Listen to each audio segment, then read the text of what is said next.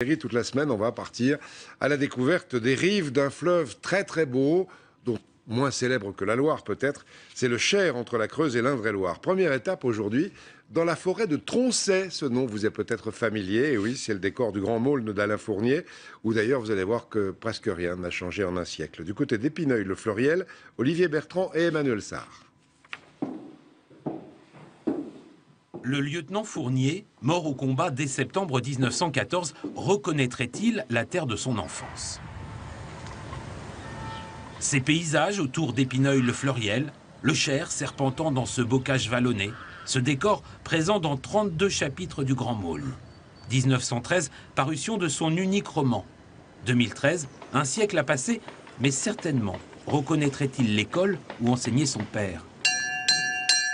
L'école où lui-même décrocha son certificat d'études. Évidemment, ça marche pas.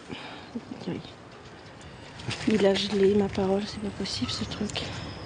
Fermée pendant l'hiver, l'ancienne école du village, transformée en musée vivant voilà 20 ans, est entretenue et animée par 2 salariés et des bénévoles, tous fans du Grand Maulne. Le week-end de Pâques, réouverture au public, d'ici là, l'école doit reprendre vie. Ah, il y a des croissants. Tout a été nettoyé là? Oui, tout est très propre. Oh là là là. Incroyable. Vous travaillez comme des abeilles. Oh, c'est gentil, Patrick. Un petit compliment, mais au moment de passer au tableau, le président de l'association a disparu. Écrire comme autrefois. Dans une salle de classe type 1893, Alain Fournier portait encore son prénom, Henri. Oui, Fournier-Henri, c'est là. Et lui, il n'a aucun jour d'absence, Oui. parce qu'il habitait dans la maison. Bah, il habitait sur place. Hein. Documents d'époque, mais tout le reste, ameublement, décor, jusqu'au papier peint de l'appartement de l'instituteur Monsieur Fournier, a été recréé. Les gens aiment avoir un retour sur le passé et bon, c'est ça qui nous anime, je pense. C'est vrai que quand les enfants viennent ici, ils trouvent très drôle. On n'a pas d'électricité, on n'a pas d'ordinateur, pas de jeux vidéo, pas d'internet. C'est sûr qu'en 100 ans, on a fait une évolution incroyable. Mais je ne suis pas sûre que de revenir en arrière.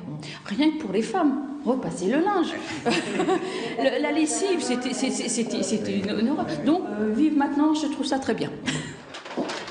Et à l'étage, Alain Fournier reconnaîtrait-il le grenier où il s'enfermait pour lire et préparer son certif?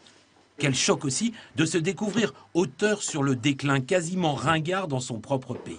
C'est vrai qu'on voit que les jeunes sont moins attirés par le livre du Grand Maulne parce que c'est un roman sur le romantisme qui n'est plus du tout d'actualité à l'heure actuelle. Ça doit vous agacer quelque part. De temps en temps, oui, ça nous agace, oui.